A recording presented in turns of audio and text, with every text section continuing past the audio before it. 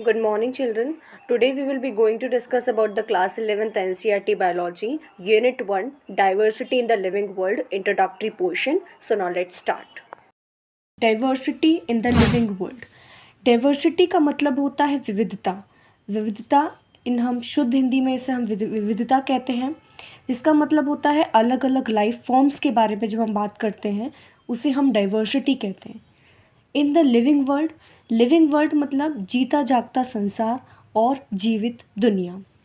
Diversity in the living world यहाँ पे इसी बात को बता रहा है कि किस तरीके से हमारी जीवित दुनिया में अलग अलग प्रकार के एनिमल्स, प्लांट्स, इनमें आपको बहुत सारे लाइफ फॉर्म्स मिलेंगे, डाइवर्सिटी मिलेगी. नाउ सबसे पहले हम अब यहाँ से स्टार्टिंग करते हैं. मैं आपको लाइन बाय लाइन एक्सप्लेन करती चलूँगी, पढ़ती चलूँगी, और इसमें जो भी वर्ड्स हैं जो हमारे लिए न्यू होंगे उन्हें मैं हिंदी में, इंग्लिश में बताती चलूँगी उनके meanings. Biology is the science of life forms and living processes. आपको जैसे पता है कि हम बायोलॉजी पढ़ रहे हैं, मतलब हम जीव विज्ञान के बारे में बात कर रहे हैं. बायोलॉजी वर्ड का मीनिंग होता है जीव विज्ञान. ये साइंस है, ये विज्ञान है. लाइफ फॉर्म्स का मतलब जीवित रूपों का, और लिविंग प्रोसेसेस मतलब जितनी भी जीवित प्रक्रियाएं होती हैं उनका. तो बायोलॉजी अगर आपसे कोई पूछे कि इस लाइन में बायोलॉजी का मीनिंग क्या दिया हुआ है, तो ये एक ऐसा विज्ञान है जिसमें हम लाइफ के फॉर्म्स के बारे में, मतलब लाइफ के या जीवन के रूपों के बारे में, या फिर जीवित प्रक्रियाओं के बारे में, उनके विज्ञान के बारे में पढ़ाई करते हैं. Next, the living world comprises an amazing diversity of living forms. जब भी आप जीवित दुनिया को देखेंगे, जीवित संसार को देखेंगे, तो आपको उसमें क्या मिलेगा?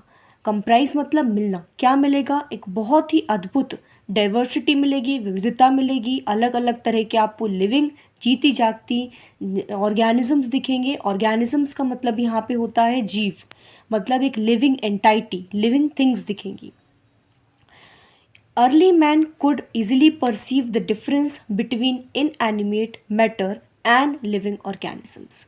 यहाँ पर ये बताया गया है कि जो अर्ली मैन्स थे, जो आदि मानव थे, जो सबसे पहले हमारे धरती पर आए थे, हमारी अर्थ पर आए थे, उन्होंने सबसे पहले ये बहुत ही आसानी से डिफरेंस पता लगा लिया था और समझ लिया था कि कोई इनएनिमेट मैटर है. इनएनिमेट मतलब नॉन लिविंग थिंग, अगर कोई चीज़ है जो कि जीवित नहीं है उस चीज़ के बीच में, और अगर कोई लिविंग ऑर्गेनिज्म है मतलब कोई जीवित चीज़ है, उसके बीच में जो डिफरेंस है, जो अंतर है, वो क्या होता है, वो सबसे पहले इन्होंने समझ लिया था.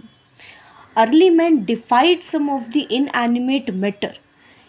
यहाँ पर आपको एक वर्ड दिख रहा है डिफाइड. इसका मतलब होता है देवता बना लेना, भगवान बना लेना.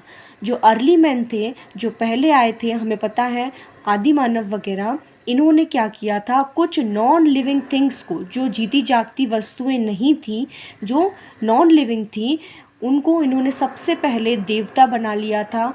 किसे? Wind, sea, fire etcetera. हवा, समुद्र, पानी, जो हमें पता है आग etcetera. And some among of the animals and plants. इन्होंने सिर्फ नॉन लिविंग थिंग्स में ही डिफाइड नहीं किया था, उन्हें ही केवल देवता नहीं बनाया था. इन्होंने कुछ एनिमल्स को भी देवता बनाया था, कुछ प्लांट्स को भी देवता बनाया था. तो डिफाइड करना मीन्स देवता बनाना.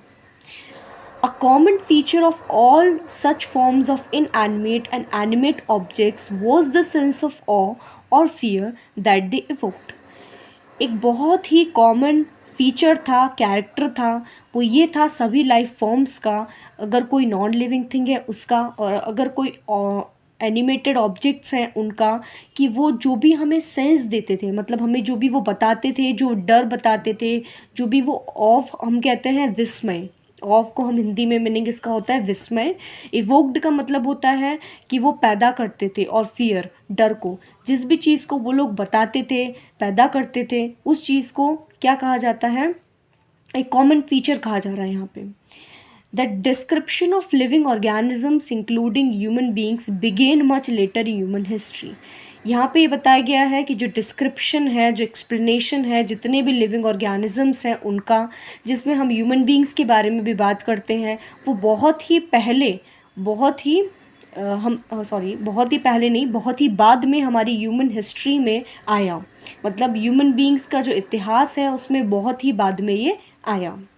Societies which indulged in an anthropocentric view of biology could register limited progress in biological knowledge। यहाँ पर हमको सबसे पहली चीज़ ये बता दी गई है कि जो अर्ली मैंस थे उन्होंने किस तरीके से, उन्हें पता था कि ये इनएनिमेट चीज़ें हैं, ये लिविंग चीज़ें हैं, ये नॉन लिविंग चीज़ें हैं, उनके बीच में डिफरेंस क्या होता है। लेकिन जो हमारी सोसाइटी थी, जो उनका देखने का नज़रिया था, एंथ्रोपोसेंट्रिक व्यू, यहाँ पे आपको एक वर्ड दिख रहा है, इसका मीनिंग ये बता रहे हैं कि मानव केंद्रित दृष्टिकोण। इसका बायोलॉजी में यूज़ कैसे किया ह्यूमन बींग्स ने, सोसाइटीज़ ने, लेकिन फिर भी वो इतनी प्रोग्रेस नहीं कर पाए जितनी ये जो हमारे अर्ली ह्यूमन बींग्स ने करी है। Systematic and monumental description of life forms brought in out of necessity detailed systems of identification, nomenclature and classification।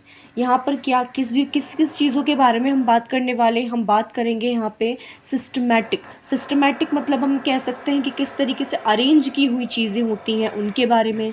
जो मोन्यूमेंटल डिस्क्रिप्शंस हैं, जो भी आपको सभी चीज़ें मिलेंगी उनके बारे में डिस्क्रिप्शन वे में पढ़ेंगे। लाइफ के फॉर्म्स के बारे में, आपको लाइफ के बहुत सारे फॉर्म्स मिलेंगे, उनको आप सिस्टमेटिक अरेंज करके पढ़ेंगे, आप उनके बारे में डिस्क्रिप्शन पढ़ेंगे। आउट ऑफ नेसेसिटी डिटेल्ड आप सिस्टम्स के बारे में पढ़ेंगे, जो आपकी ज़रूरत है उससे भी आप ज़्यादा पढ़ेंगे, और डिटेल्ड सिस्टम्स के बारे में पढ़ेंगे कि किस तरीके से आप आइडेंटिफिकेशन कर सकते हैं, आप पता लगा सकते हैं एनिमल्स और प्लांट्स के और स्पीशीज़ के बारे में, उनकी डाइवर्सिटी के बारे में। आप नॉमेनक्लेचर को हम शुद्ध हिंदी में कहें तो ये होता है नामकरण। आप किस तरीके से जो प्लांट्स हैं, एनिमल्स हैं, उनका आप नामकरण करते हैं, उसकी प्रोसेस होती है, वो आपको जानना है इस चैप्टर में। क्लासिफिकेशन मतलब कि ये प्लांट्स हैं कि एनिमल्स हैं, ये कौन से फाइला, कौन से किंगडम को बिलोंग कर रहा है, ये सभी चीज़ों के बारे में आप इसे क्लासीफाई करेंगे, अरेंज करेंगे, सिस्टमेटिकली उसको डिवाइड करेंगे। The biggest spin-off such studies was the recognition of the sharing of similarities among living organisms both horizontally and vertically।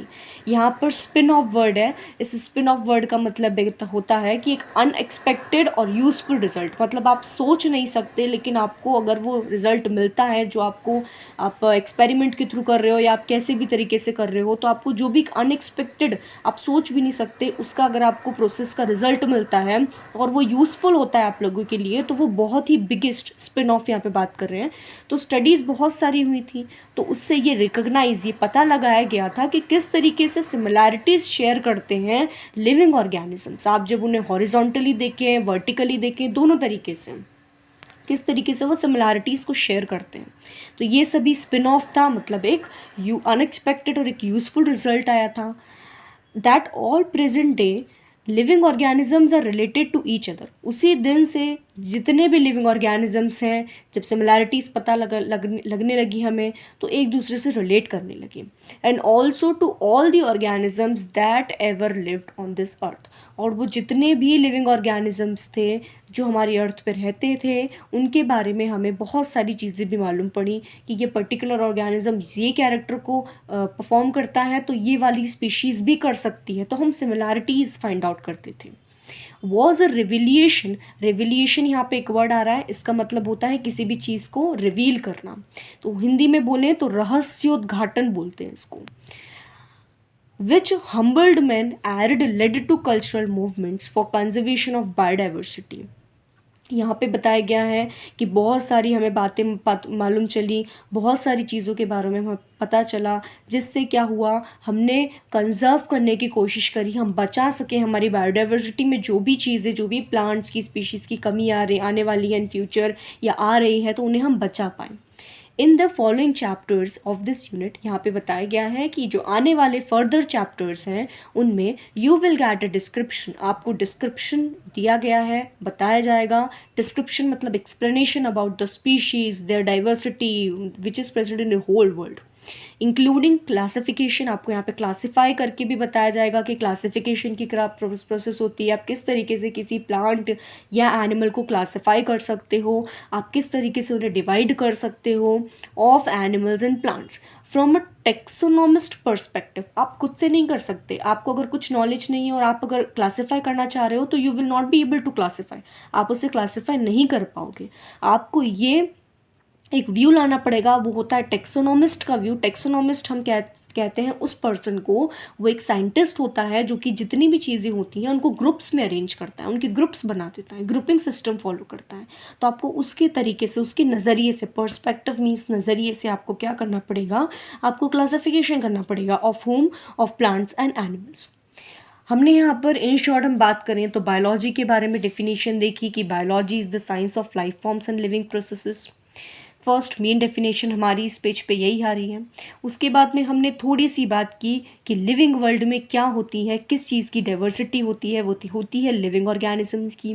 दूसरी बात हमने ये देखी कि जो अर्ली मैंस थे उनका क्या पर्सपेक्टिव था और वो किस तरीके से लिविंग और नॉन लिविंग थिंग के बीच में आसानी से डिफ्रेंशिएट कर सकते थे। उन्होंने किन किन चीज़ों को डिफाइड किया था, विंड, सी, फायर, प्लांट्स और एनिमल्स को भी डिफाइड किया था। एक कॉमन फीचर जो सभी इनएनिमेट ऑब्जेक्ट्स और एनिमेट ऑब्जेक्ट्स कर रहे थे वो थी सेंस और फियर दैट दे इवोक्ड। फिर हमने देखा कि हम लिविंग ऑर्गेनिजम्स के डिस्क्रिप्शंस के बारे में बात करते हैं जिसमें ह्यूमन बींग्स भी आते हैं, बट वो लेटर आए थे हमारी ह्यूमन हिस्ट्री में। जो सोसाइटीज़ थी उनका बहुत ज़्यादा हम यहाँ पे रोल पार्ट नहीं देखते हैं, बट कुछ हम सिस्टमेटिक और मॉन्यूमेंटल डिस्क्रिप्शंस देखेंगे जो कि हमारी ज़रूरत से बाहर होते हैं। कुछ डिटेल सिस्टम्स देखेंगे आइडेंटिफिकेशन के, कुछ नॉमेनक्लेचर के बारे में बात करेंगे, कुछ क्लासिफिकेशन के बारे में बात करेंगे। और जो बिगेस्ट स्पिन ऑफ था वो ये था कि सिमिलैरिटीज़ का डेवलपमेंट होना, सिमिलैरिटीज़ आई बिल्कुल, उनका इन्वेंशन होना, हॉरिजॉन्टली और वर्टिकली दोनों तरीके से देखेंगे। और प्रेजेंट डे हम किसके बारे में कैसे रिलेट करती हैं वो स्पीशीज़ वो पढ़ते हैं। रिवोल्यूशन हुआ बहुत सारा। और अब आगे इन चैप्टर्स में हम देखेंगे about the description including classification of animals, plants from a taxonomist perspective. यहाँ पर हमने बहुत सारे वर्ड्स फाइंड आउट किए। फर्स्ट मैं वन बाय वन आपको बताती हूँ। फर्स्ट वर्ड हमारा बायोलॉजी था, बायोलॉजी मीन्स जीव विज्ञान। नेक्स्ट हमारा जो वर्ड था वो था लाइफ फॉर्म्स, जीवन, और फॉर्म्स मतलब रूपों। लिविंग प्रोसेसेस, जीवित प्रक्रियाओं। उसके बाद में कंप्राइजेस मतलब शामिल, अमेजिंग अद्भुत, ऑर्गेनिजम्स लिविंग एंटाइटी जीव, लिविंग थिंग। परसीव करना मतलब नज़रिया, समझना। Inanimate non living things. Defied, defied means होता है देवता बना लेना। विस्मय, फियर, डर, इवोक्ड पैदा करना, भावना, ये एक फीलिंग होती है। डिस्क्रिप्शन वर्णन। इंडल्ज्ड लिप्त, एंथ्रोपोसेंट्रिक व्यू मानव केंद्रित दृष्टिकोण। बायोलॉजिकल नॉलेज जीव विज्ञान। सिस्टमैटिक बिल्कुल अरेंज करना उसे कहते हैं हम। Nomenclature as I have already told you, नामकरण। क्लासिफिकेशन ग्रुप्स में बनाना। वर्गीकरण करना जिसे हम कहते हैं। स्पिन ऑफ, अनएक्सपेक्टेड और यूजफुल रिजल्ट। रिकॉग्निशन पता लगाना। सिमिलैरिटी समानताएं।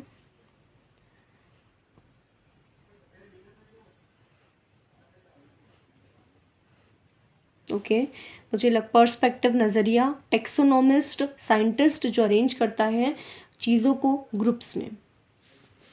Thank you. मुझे लगता है आपके लिए लेक्चर यूज़फुल रहा होगा। Don't forget to like, subscribe and share the channel. We will keep continuing with this unit in the next video.